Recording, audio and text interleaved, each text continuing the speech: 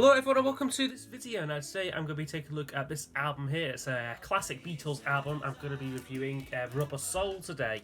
So I'll just be doing the usual thing in this video, giving a bit of background information about the album, then showing you my vinyl copy of it here, and then looking at each of the album songs in detail. So Rubber Soul was the Beatles' 6th studio album here in the UK at least, released on the 3rd of December in 1965. Making the album was a rather rushed affair, because they toured for most of 1965, after filming and releasing the film Help, and the accompanying album. Now on tour they met Bob Dylan, in America, whose music provided a significant influence to the album, especially so on John Lennon. In the studio though, the band were keen to expand their sound and scope of the songwriting. Lyrically, especially, like I said, John Lennon was getting a bit more mature, with his lyrics, a bit more reflective as well. While musically, they were introducing different sounds, such as the sitar and the fuzz bass. Now, in total, it took just a month to record and mix the album, and they did this for the first time over a continuous period. Because with the previous albums, the making of those would be interrupted with touring commitments and different promotional things. Whereas for this one here, they pretty much just camped out in the studio and sort of made it without any interruptions. Okay, now upon its release, it did get a mostly positive critical reception. A lot of critics praising the way the band were maturing and sort of developing their sounds. However, some were kind of perplexed by the album a little bit. The Record Mirror wrote that if the album was recorded by anyone but the Beatles, it would not have been worthy of release, and others described it as monotonous. It's also a favourite among the Beatles themselves. George Harrison has said that this is his favourite Beatles album. Now, commercially, it did perform exceptionally well, like you would expect for any Beatles album, topping both the UK and the US charts. Now, significantly, the American version of the album was quite different. It had as usual, with the Capitol releases, it did leave off quite a few tracks, but then it also brought in a couple of leftovers from the Help album, namely, I think I've Just Seen a Face and It's Only Love were put on the American Rubber Soul, which gave it a much more kind of folk rock kind of feel to it, and it was this version, the American version, what would be such a big influence on the likes of Brian Wilson, from the Beach Boys, who would later make Pet Sounds, in an attempt to kind of outdo Rubber Soul. So I will show you my vinyl copy of it here. I've got a couple of copies of this, but this is just my original mono pressing. I've also got one from the stereo vinyl box set, but that's just kind of a new reissue. But yeah, this is I think an original mono. It's not in the greatest nick, it's a bit worn on the back, and there's some kind of someone's old address on the top of it there as well. But yeah, great artwork. So the album cover for me is one of my favourites by the Beatles. I just think it's a great image. It was created by accident, actually. The photographer Robert Freeman was projecting some images he'd taken off the band onto a piece of card, which this piece of card then fell backwards, and it created this sort of elongated effect, which they loved, and they went for the actual cover. And yeah, I think it was a great choice. So the packaging isn't much. You just got the record there, and like I said, I think it's an original, this, but I can't be too sure. So that's just it there on the Parlophone label. Okay, so I'll now go over each of the album songs in detail. So I'll score each track out of 10, and then use those scores to give us a overall percentage marking for the album. Maybe you can drive my car, and maybe I love you. Okay, so the album opens with Drive My Car, which I think is a great opening track. I think it's a solid track, but for me, it's not one of my absolute favourite Beatles songs, not one of my sort of highlights of the whole Beatles career kind of thing. But it is a good song though. It's got a kind of sort of soulful arrangement, with the guitars and bass sort of playing against each other quite well. And lyrically, it began life though as I Can Buy You Golden Rings, but thankfully this was updated to the more kind of slightly more interesting and mysterious Drive My Car. It sort of concerns a prospective film star looking for a chauffeur, but with themes of kind of materialism in there, and a few sexual innuendos as well. So I think it's a great song and a great way to kick off the album. But like I said, it's not for me a top tier Beatles song, so I will give it a 9 out of 10 for Drive My Car. Isn't it good, Norwegian Wood? Then we get Norwegian Wood, which is a great song. This is primarily a John Lennon song, and I think it's one of his absolute finest. Lyrically, it's about an affair which like doesn't go well, and like it's got like a kind of like an ambiguous ending to it as well, like where we're not sure like if like the narrators like either like just like lit the fireplace or burnt down like the whole house. So it is quite Dylan-esque like in that regard. And musically, it sees them branching out as well, like with George Harrison introducing the sitar to the Beatles like music, and I just think it's a great sound, just really fits the song. It's short, it's sweet, and it's amazing. So yeah, Norwegian Wood would get a 10 out of 10 for me. If you won't see me, you won't see me. Next track up is Paul McCartney's You Won't See Me, which was written by him after he was having some difficulties in his relationship with Jane Asher. So it's got these kind of like, it has got slightly more sort of personal lyrics like for like McCartney. It features a piano on this one like as the lead instrument, which was quite different like for like the Beatles, like with like some like guitar stabs in, like which alongside again a very intricate vocal arrangement, like this sort of like especially like the backing vocals are all kind of layered up. It gives it a kind of soulful kind of Motown sort of flavour to it. Also, interestingly, this is the longest song the Beatles had recorded up to this point, clocks in like well over 3 minutes, but I don't think it's overstretched at all. I think it's a rather underrated track there. So yeah, You Won't See Me, another 10 out of 10 from me.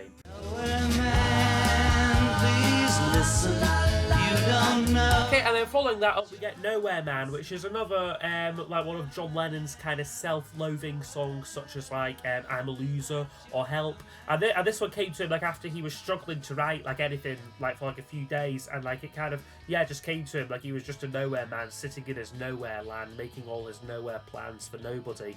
And I mean, despite its kind of downbeat lyrics, it is a toe-tapping song. It is an upbeat song, and I think like that plays well against like the lyrics on this one. Plus, you've got a great guitar solo on it as well. It comes in quite early, like in the song, like within like the first minute. It's played in unison between Harrison and Lennon, and I just think it just gives the song again that sense of urgency, like kind of like you're not expecting a solo this early on, but it just works really well. In the US, this is a song which was left off the album, and it was issued as a single early in 1966, and it was a bit of a commercial disappointment there. It only reached number 3, like which was slightly disappointing for like a kind of brand new Beatles song like in like America, like as I said, like it wasn't on the US Rubber Soul, but still a great song though, Nowhere Man, and yeah, for me would be a 10 out of 10.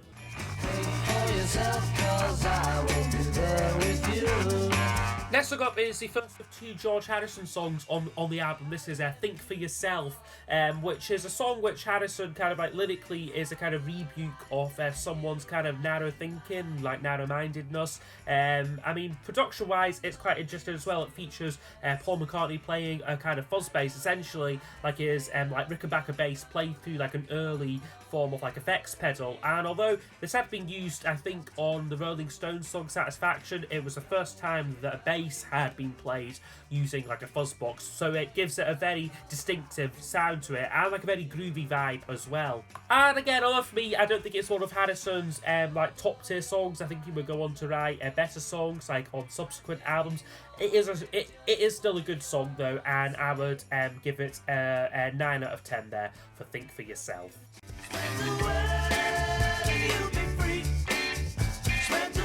Next up is called The Word, which is for me, not one of the strongest songs on the album, but it is still a fun time. Again, it's kind of got this kind of piano thing going on like in it, and I guess in some ways it is ahead of its time as well, kind of, especially like with like it's the word love and that, you know, the whole kind of summer of love period and kind of hippies and that was still some way off, like in terms like of like kind of like time frame and that, so it was kind of a bit ahead of the curve like in like that regard. And like yeah, it was guess it is maybe similar like in sound at least to some other material on the albums, things like Drive My Car and You Won't See Me, like in the kind of sort of soul flavour, but I do think this is slightly less successful than those ones. It's still a good song, but yeah, just not a go-to track for me, so The Word would get an 8 out of 10.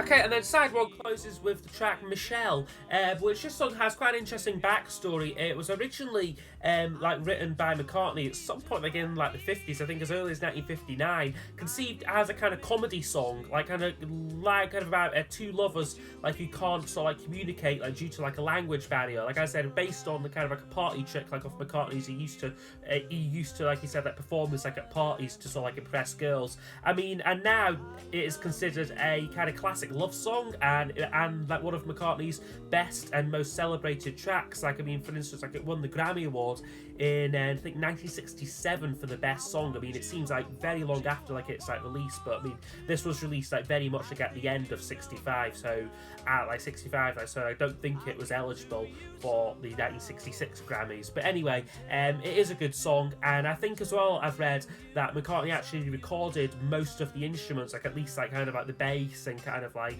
all like the guitar parts on it, like while like Lennon and Harrison only contributed like their backing vocals, being perhaps showing the increasing control that McCartney was having like over like his songs like within the Beatles. Now, I mean, a lot of people would give this song a full 10 out of 10, but for me, again, a bit like Drive My Car, it's never been one of my absolute favourite Beatles songs. But it is still a great song, so I can't really give it any less than a 9 out of 10 there for Michelle. What goes on in your heart? Okay, side 2 now opens up with the song What Goes On, which is the kind of token Ringo song on the album, and I guess it is a bit of filler on the album. Now, originally, I've read that this one dates back to 1963. They tried to record this then, I think, in the same session as they done From Me to You. Because of like a lack of material, like for this album, like I said, very, very, very much like a rush job. Like they kind of like brought it out of the vault, like and sort of like adapted it, like for Ringo to sing, and I think he does a good job of it. I think it's a song which suits him well. It's got this kind of country and western sort of flavour, so I guess it is quite similar to something like Act Naturally, which is his song from the Help album, but it is a half decent song. Again, it's not bad, it's not one I would necessarily skip over, but it's really not one what I would go to in isolation of the rest of the album. So again, What Goes On will get a 7 out of 10 from me. It's just alright.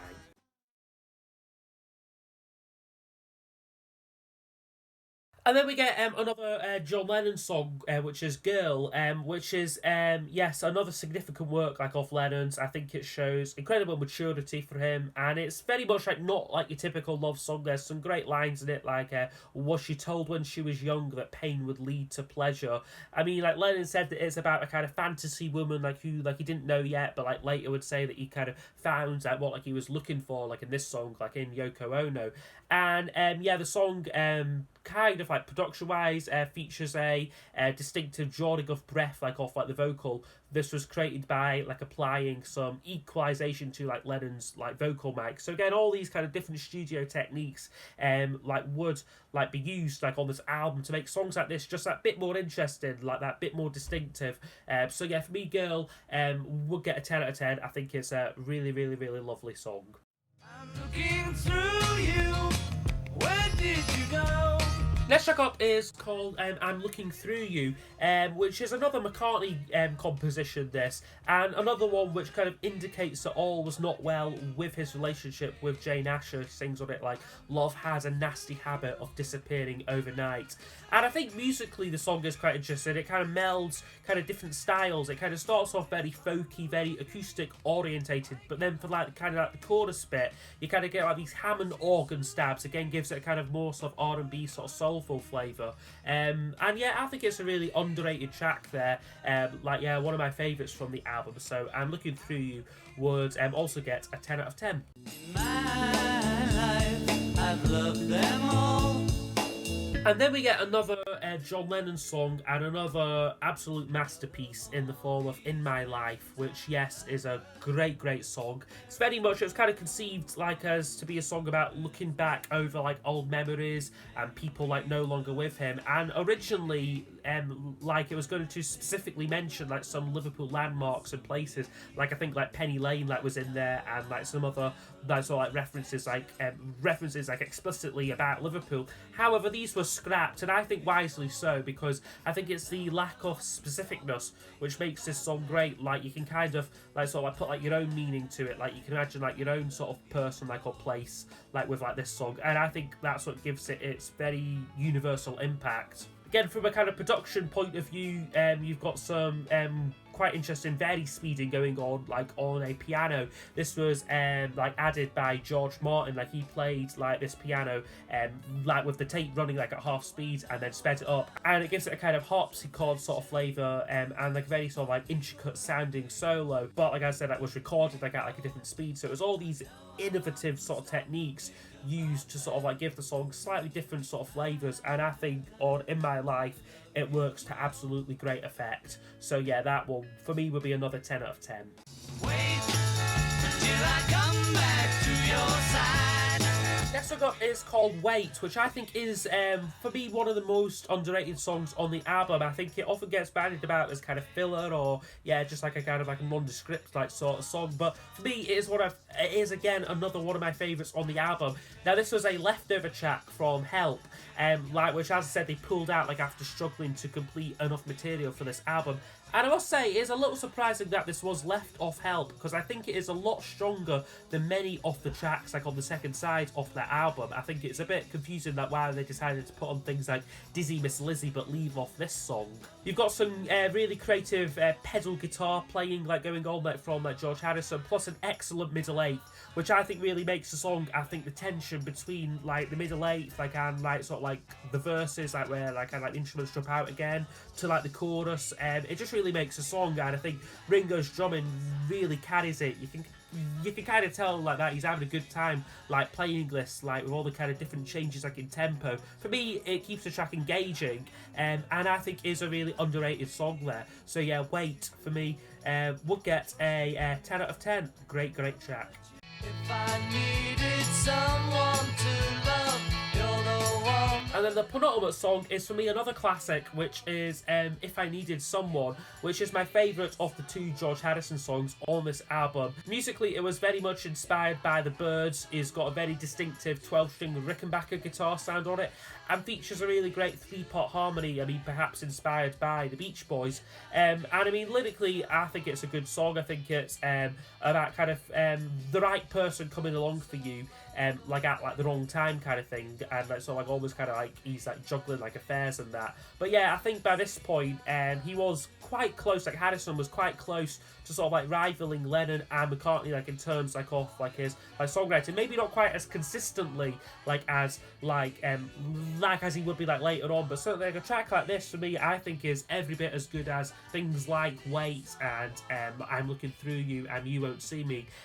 Like so yeah, for me, If I Needed Someone, really good track, and for me, yes, would be a 10 out of 10. You better run for your life if you can, little girl. Hide your head in the sand. But then we do have to end the album with a slightly lesser song for me, which is Run For Your Life, which is, yes, as I said, maybe my least favourite on the album, and I think generally speaking it is the least liked song on the record. It's a kind of country sort of sounding track, very much based on like an old like Elvis Presley song, like the opening line, I'd rather see you dead, little girl, than to be with another man, was directly lifted, I think, like from like an old like Elvis B-side or something. But John Lennon himself would later dismiss this song and kind of like it's like misogyny like in it, and I mean I understand that like if like this song had maybe been kind of like sort of like done like as a last ditch attempt like for material, like I mean like I was aware like yes they were like under pressure to get sort of 14 songs, but this was actually the first song recorded for the album,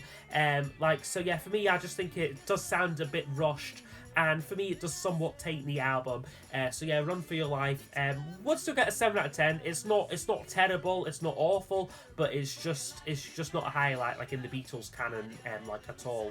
Little girl, I catch you with another man. Okay, so overall, this album would score 92%. So I do think this is a hugely important album here for the Beatles and also rock music, like in general. I think it was from this album on where everyone began to think in terms of full albums rather than kind fan of just singles or sort of like an album being a collection like of singles and that, it began to sort of like the sequencing became like a lot more like important, like kind of like for like an album like this. And lyrically as well, like it's quite a significant album because it's here like where like they began to sort of properly incorporate events like from like their private lives like into like the songs, especially I saw like McCartney like with like his kind of like his troubled relationship like with Jane Asher, and then Lennon like his like slightly more sort of like sort of personal songs like Norwegian Wood and Nowhere Man. And like I think like you could really kind of start to read a lot more like into their lyrics. Now, in terms of Beatles albums, I don't think it's maybe quite as strong as Sgt. Pepper's or Revolver. I think due to a couple of admittedly filler songs like What Goes On and Run For Your Life. But I think that the heights of this album, like the highlights, things like Norwegian Wood and Nowhere Man and In My Life, are certainly some of my favourite Beatles songs. And notably, all of those I mentioned, they're all John Lennon songs. I think this was the album where he I think really blossomed like as a songwriter. Whereas like for McCartney, yes, although he was writing again some great songs in here, I think it wouldn't be until the next album, Revolver, where you would start to get kind of career-defining classics like from McCartney, things like Eleanor Rigby and Here, There and Everywhere. But yeah, still a fantastic album, and one of the all-time greats here. So the Beatles, Rubber Soul, that's been my review of it. I hope you have enjoyed, and I will see you all next time for the next video. Goodbye.